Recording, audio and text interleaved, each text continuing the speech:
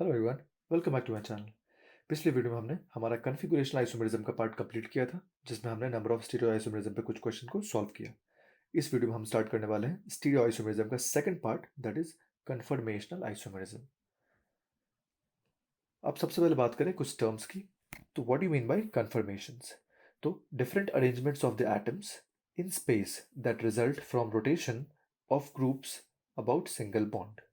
यानी कि single bond के अबाउट रोटेशन करने पे जितने भी हमें डिफरेंट अरेंजमेंट्स मिलते हैं एटम्स के, उन्हें हम क्या बोलते हैं? कन्फर्मेशंस बोलते हैं। ठीक है। The study of the energy change occurring in any molecule during rotation is called conformational analysis. मतलब जब भी आप रोटेट करते हो किसी एंगल के किसी सिंगल बॉन्ड के अबाउट, तो जो भी एनर्जी में चेंज यानी कि स्टेबिलिटी में जो चेंजेस आते हैं, उनकी जो स्टडी होती है उन्हें हम क्या बोलते हैं? Conformational analysis. तो हमें कन्फर्मेशन एनालिसिस ही सीखना है मॉलिक्यूल्स का। ठीक है। अब देखो, जैसे हमने मान लिया फॉर एग्जांपल, ये मॉलिक्यूल यहाँ पे हमारा क्या है, सीसी के बीच में एक सिंगल बॉन्ड है। ठीक है। अब देखो जरा, ये कार्बन कैसा है? sp3 hybridised. ये भी कैसा है? sp3 hybridised. ठीक है। अब इस सिंगल बॉन्ड के अबाउट क्या होता है? रोटेशन पॉसिबल है। अब ये रोटेशन कैसे होता है? तो इसको जो, जैसे मान लो कि किसी भी मॉलिक्यूल के अंदर वाइब्रेशन एनर्जी होती है, कुछ थर्मल एनर्जी होती है, इंटरनल एनर्जी होती है, तो वो उसी एनर्जी को यूज करता है इन रोटेशन को करने के लिए। ठीक है। अब देखो यहाँ रोटेशन होगा तो मॉलिक्यूल मान लो कुछ ऐसा बन गया।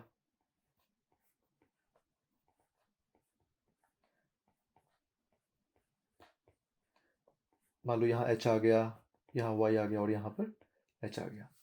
ठीक है। अब इसकी बात करें और इसकी बात करें, तो ये दोनों क्या है?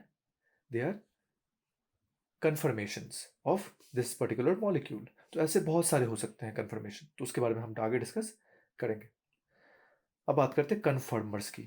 तो अब कन्फर्मर और कन्फिगुरेशंस में क्या कन्फर्मेशंस में क्या डिफरेंस है? अब देखो, देयर आर इन्फिनाइट कन्फर्मेशंस, लेकिन out of the infinite conformations the most stable conformations are called conformers. ठीक है। जिनकी भी एनर्जी मिनिमम होगी उन्हें हम क्या बोलेंगे? कन्फर्मर्स बोलेंगे। इनको हम कन्फर्मेशनल आइसोमर्स, कन्फर्मेशनल या फिर रोटेशनल आइसोमर्स भी बोलते हैं। ठीक है। अब बात करें कन्फर्मेशनल एनर्जी की। ठीक है। अब देखो, जो भी पोटेंशियल एनर्जी डिफरेंस होगा between the most and the least stable conformation, यानी कि जिसकी एनर्जी सबसे ज़्यादा होगी और सबसे कम होगी, तो उनके बीच में जो भी हमारा पोटेंशियल एनर्जी का डिफरेंस आएगा, तो उसे हम क्या बोलेंगे? Conformation energy. ठीक है। अगर हम इथेन में बात करें, तो इथेन में होता है 3 किलो कैलोरी पर मोल। प्रोपेन में बात करें तो प्रोपेन में 3.4 किलो कैलोरी पर मोल। एंड ब्यूटेन में बात करें 5 किलो कैलोरीज पर मोल। ठीक है। तो ये एनर्जी है हमारा कंफर्मेशन की, आई मीन जो हमारा पोटेंशियल डिफरेंस होगा मैक्सिमम एंड मिनिमम स्टेबल, जो हमारा कंफर्मेशन है। अब बात करते हैं डाइहेड्रल और टॉर्जनल एंगल की, जिसे हम इस सिंबल से डिनोट करते हैं। हमने मान लो कि ये मॉलिक्यूल ले लिया। ठीक है। हमने ये मॉलिक्यूल ले लिया। अब देखो, हमने इसका क्या बना दिया? यहाँ पर न्यूमन प्रोजेक्शन बना दिया। हमने सारे प्रोजेक्शन के बारे में बात करी है, उनका आपस में इंटरकन्वर्जन के बारे में भी बात करी है, जब हमने ऑप्टिकल आइसोमेरिज्म स्टार्ट किया था और सारे प्रोजेक्शंस को एक साथ पढ़ा था। वेज डैश, फिशर, सॉमन, सॉहर्स और न्यूमन, हमने सबको एक साथ पढ़ा था। अगर आपने नहीं देखा है तो आप जाके पहले वो देखें। तो ये हमारा क्या है? Newman projection of this molecule. ठीक है। अब देखो, ये जो हमारा एक्स और वाई है, उसके बीच में यहाँ जो एंगल है दैट इज 0 डिग्रीज। ठीक है। अगर हमने पीछे वाले बॉन्ड को, यानी ये जो हमारा बैक वाला एटम है, ये हमारा क्या है? फ्रंट एटम है। तो जो बैक एटम है उसको हमने रोटेट किया किसी थीटा डिग्री से। ठीक है। इस तरह हमने इसको रोटेट कर दिया। तो ये जो थीटा डिग्री है, थीटा डिग्री है, वही क्या है? हमारा डाइहेड्रल एंगल। ठीक है। अब ये क्या था? हमारा एक्लिप्स्ड फॉर्म था। तो जो भी हमारा एक्लिप्स्ड कन्फर्मेशन है, उससे अगर आप कोई भी मिनिमम डिग्री जाओ, मतलब थीटा जाओ, अल्फा जाओ, बीटा जाओ, कुछ भी 1 डिग्री, 1000 डिग्री, जितना भी आपको जाना है, तो वो that is your dihedral angle. ठीक है, यानी एक्लिप्स फॉर्म से आप जितना भी डिविएट करते हो तो वही हमारा क्या है, डायहेड्रल एंगल। ये हो सकता है 0.1 डिग्रीज, 1.1 डिग्रीज, 1.11 डिग्रीज, ऐसे इनफाइनाइट पॉसिबिलिटीज़ हैं। तो इसलिए हम क्या बोलते हैं, infinite number of conformation possible है। ठीक है, चलो अब बात करते हैं टाइप्स ऑफ कन्फर्मेशन की। अब देखो, सबसे पहला टाइप क्या है हमारा, स्टैगर्ड कन्फर्मेशन।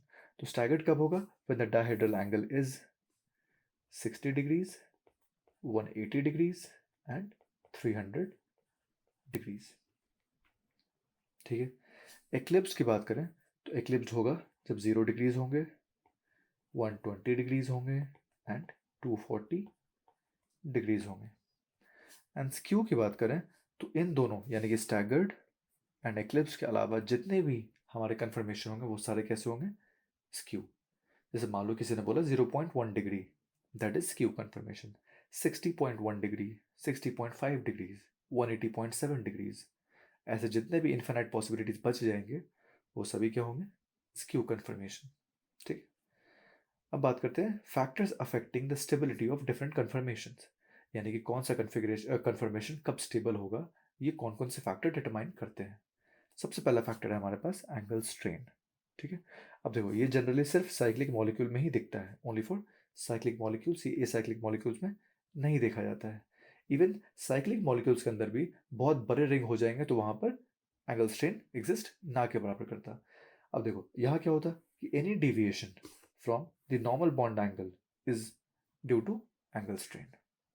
ठीक है, अब देखो जैसे मान लो हमने यहाँ ले लिया साइक्लोप्रोपेन। अब साइक्लोप्रोपेन है तो ये बॉन्ड एंगल कितना है, 60 डिग्रीज, बट ये कार्बन कैसा है, sp3 हाइब्रिडाइज्ड। तो sp3 के लिए होना कितना चाहिए था, 109 डिग्रीज 28 मिनट्स, बट यहाँ कितना है 60 डिग्रीज, तो ज़रूर यहाँ पर एंगल स्ट्रेन होगा। वैसे ही अगर आप साइक्लोहेक्सेन की बात करो तो साइक्लोहेक्सेन में ये एंगल कितना है, 120 डिग्रीज, बट ये कार्बन कैसा है, sp3 हाइब्रिडाइज्ड, तो होना कितना चाहिए था, 109 डिग्रीज 28 मिनट्स। तो यहाँ पर भी क्या है, एंगल स्ट्रेन है। इस तरीके से हम एंगल स्ट्रेन देख सकते हैं रिंग सिस्टम्स के अंदर। अब एंगल स्ट्रेन यानी जो बेयर्स एंगल स्ट्रेन है उसको निकालने का फॉर्मूला भी है। ठीक है, जैसे फॉर्मूला क्या होता है उसका, अगर मैं एंगल स्ट्रेन की बात करूं, दैट इज हाफ इनटू जो भी हमारा बॉन्ड एंगल है जो होना चाहिए था माइनस हमारा जो एंगल है। इससे हम क्या निकाल सकते हैं, एंगल स्ट्रेन की वैल्यू निकाल सकते हैं। आपको याद होगा हमने जीओसी के अंदर एंगल स्ट्रेन निकाला था हाइपर कॉन्जुगेशन के अंदर। चलो नेक्स्ट बात करें टॉर्जनल स्ट्रेन, इसे हम पित्जर स्ट्रेन या फिर एक्लिप्सिंग स्ट्रेन भी बोलते हैं। अब देखो any deviation from the staggered form is called is due to the torsional strain. जैसे अब देखो staggered form is relatively more stable as compare to eclipse form. ठीक है, अब एक्लिप्स फॉर्म अनस्टेबल है, स्टैगर्ड फॉर्म स्टेबल है, तो ये हमारा क्या है, मान लो स्टैगर्ड फॉर्म है, this is your staggered form and this is eclipsed form. अगर मैं इस रिएक्शन की बात करूँ, ये जो प्रोसेस की बात करूँ जो फॉरवर्ड जा रहा है, क्या ये फीजिबल है, नहीं। अगर this is more stable, if this is more stable तो ये लेस स्टेबल में क्यों जाएगा, नहीं जाना चाहेगा। तो अगर आपने y को इस तरफ लाने की कोशिश करी पीछे की तरफ, तो यहाँ क्या होगा, x और y दोनों एक दूसरे को रिपेल करेंगे, यानी कि जो हमारा स्टैगर्ड फॉर्म स्टेबल है उससे अनस्टेबल आप करने की कोशिश कर रहे हो, तो उसके वजह से क्या होगा, यहाँ पर एक टॉर्जनल स्ट्रेन डेवलप होगा। ठीक है, इसे हम एक्लिप्सिंग स्ट्रेन इसीलिए बोल रहे हैं कि एक्लिप्स नहीं होना चाहता ये, अगर आप करोगे तो ये स्ट्रेन डेवलप करेगा इसके अंदर एक्लिप्स फॉर्म में। अगर आप इधर लेके जाओ या फिर इधर लेके जाओ, दोनों ही फॉर्म में करेगा, क्योंकि अगर आप ऊपर जाओ तो भी हमारा एक्लिप्स बन रहा है, नीचे जाओ तो भी हमारा एक्लिप्स बन रहा है, तो दोनों फॉर्म में हमारा जो स्ट्रेन है वो डेवलप होगा। अब कहाँ ज़्यादा होगा कहाँ कम होगा वो डिपेंड करता है एक्स और हाइड्रोजन के साइज पे। मान लो कि एक्स बड़ा है, ठीक है, तो वहाँ पर ज़्यादा स्ट्रेन होगा, अगर एच हमारा छोटा है तो नीचे कम स्ट्रेन होगा। ठीक है, चलो नेक्स्ट बात करें वांडरवाल स्ट्रेन। अब वांडरवाल स्ट्रेन पढ़ने से पहले हम पहले जान लेते हैं कि वान डेर वाल रेडियस क्या होता है। जैसे वान डेर वाल रेडियस हमेशा हमें दो ऐसे मॉलिक्यूल में दिखता है जो अटैच्ड नहीं होते, दे आर नॉन बॉन्डेड। मान लो हमारा ये दो मॉलिक्यूल्स हैं, जैसे मान लो कि HCl मॉलिक्यूल है ये, तो इन दोनों के बीच में क्या होता है, एक वान डेर वाल रेडियस होता है जो मिनिमम डिस्टेंस पे वो आते हैं। अगर आप इससे ज़्यादा क्लोज लेके आओगे उसको तो क्या होगा, यहाँ पर रिपल्शन होगा। उस रिपल्शन को ही क्या बोलते हैं हम, वान डेर वाल रिपल्शन या फिर वान डेर वाल स्ट्रेन। ठीक है, अब देखो, अब ये जो यहाँ डेवलप करता है ये भी नॉन बॉन्डेड एटम्स की वजह से ही करता है। जैसे ऊपर हमने देखा एक्स और वाई, इन दोनों के बीच में रिपल्शन होगा। एक्स और वाई कनेक्टेड नहीं है, दे आर नॉन बॉन्डेड। तो एक्स और वाई के बीच में जो भी हमारा रिपल्शन होगा, जैसे मान लो स्टैगर्ड फॉर्म में स्टेबल, तो स्टैगर्ड फॉर्म से जैसे आप एक्लिप्स फॉर्म में लाओगे तो आपने क्या किया, इन दोनों को, जैसे यहाँ पर इसकी बात कर रहे हैं, इनको और क्लोज ले आया। ठीक है, जैसे मान लो मैं इसको फिर से बना, मान लो मैंने एक यहाँ बना दिया और इसको यहाँ बना दिया, यहाँ बना दे इसको। ठीक है, अब देखो यहाँ जो वान डेर वाल रेडियस है वो छोटा हो गया, तो यहाँ पर जो स्ट्रेन डेवलप हो जाएगा। ठीक है, तो हम वान डेर वाल रेडियस से कम नहीं कर सकते कोई भी नॉन बॉन्डेड एटम्स को, तो इसी को क्या बोलते हैं हम, वान डेर वाल स्ट्रेन बोलते हैं। ठीक है, चलो अब बात करते हैं conformation analysis of ethane. Ethane यानी कि CH3 हम इन दोनों के अबाउट रोटेशन की बात कर रहे हैं। ठीक है, हमने बना दिया इसका यहाँ न्यूमन प्रोजेक्शन, न्यूमन का एक्लिप्स फॉर्म बना रखा है। अब इन दोनों एच को ध्यान से देखो, हमने जैसे 60 डिग्री रोटेट किया है इसको, तो ये बन गया यहाँ हमारा क्या, डायहेड्रल एंगल 60 डिग्रीज। जैसे रोटेट किया हमने, एनर्जी रिलीज कितनी हुई, 3 किलो कैलोरी पर मोल। ठीक है, क्योंकि ये स्टेबल हो गया, ये क्या हमारा स्टेबल फॉर्म है, और ये क्या था हमारा अनस्टेबल फॉर्म था। ठीक, अब देखो अगर हमने और रोटेट किया 60 डिग्री, तो उसे किस तरह से विजुलाइज करेंगे उसको समझते हैं। जैसे मान लो कि हमने एक क्लॉक का एग्जांपल लिया यहाँ पर। अगर क्लॉक को देखा जाए तो अगर मैं मिनट और जो हमारा आवर हैंड है उसकी बात करें, तो देखो जब 12 बज रहे होते हैं तो हमारा यहाँ एंगल कितना है, 0 डिग्रीज। यहाँ एंगल हमारा हो जाएगा 0 डिग्रीज। अगर 2-2 घंटे के इंटरवल की बात करें, जब 2 बज रहे होंगे तो हमारा एंगल कितना हो जाएगा, 60 डिग्रीज। 4 बजे 120, 6 बजे 180, देन 240, देन 300, और फिर से जब 12 बजेगा तो कितना हो जाएगा, 360।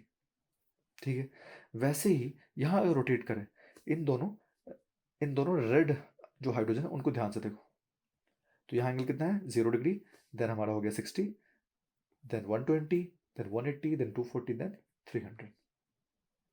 अब जो हमारा 0 डिग्री है उसे हम क्या बोल रहे हैं, एक्लिप्स्ड फॉर्म, क्योंकि एच के जस्ट पीछे कौन है, एच है।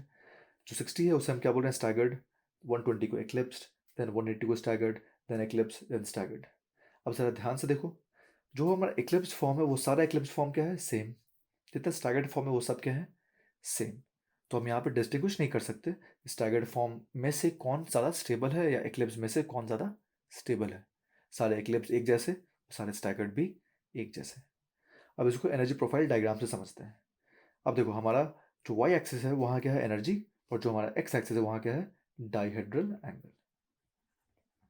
Dihedral angle. ठीक है, अब देखो यहाँ हमने स्टार्ट किया, यहाँ 60 डिग्रीज पे ये बन गया हमारा स्टैगर्ड फॉर्म। ठीक है, which is more stable because of हमारे यहाँ पे टॉर्जल स्ट्रेन नहीं है, यहाँ वान डेर वाल स्ट्रेन नहीं है। ठीक है, तो ये हमारा मोर स्टेबल हो गया। अब इस दौरान जो एनर्जी के बारे में बात करें तो वो कितना है हमारे, 3 किलो कैलोरीज पर मोल। फिर हमने रोटेट किया तो 120 पे क्या बन गया हमारा, एक्लिप्स्ड। फिर 180 पे स्टैगर्ड। सिमिलरली ये प्रोसेस रिपीट हुआ। अब ये बहुत ज़्यादा फ्रीक्वेंसी के साथ रोटेट करते हैं सिंगल बॉन्ड के अबाउट। ठीक है, तो यहाँ पर अगर मैं बात करूँ स्टेबिलिटी की, तो स्टेबिलिटी किसकी ज़्यादा होगी, स्टैगर्ड की ज़्यादा होगी एज कंपेयर टू एक्लिप्स्ड।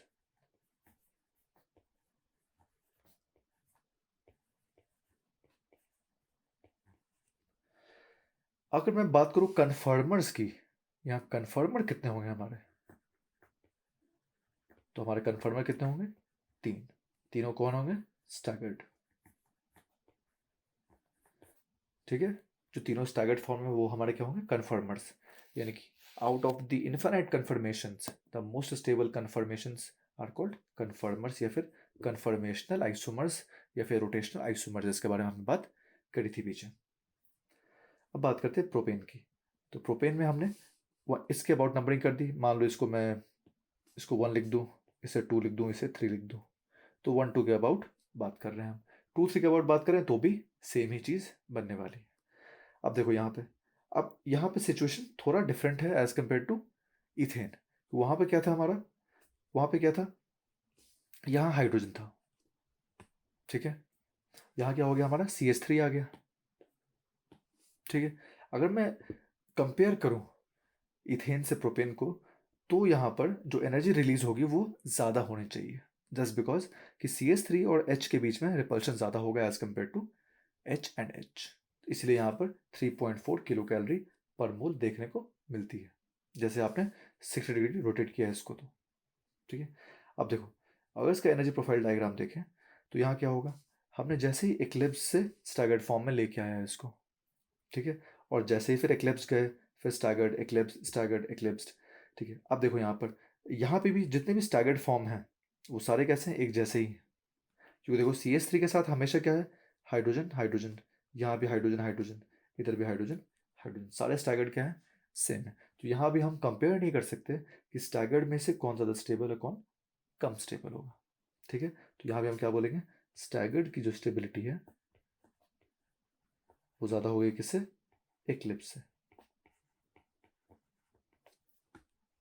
क्लियर है, ठीक है, बहुत सिंपल। अगर बात करें ब्यूटेन की, तो ब्यूटेन में दो पॉसिबिलिटीज़ है, हमने नंबरिंग कर रखी है यहाँ पे।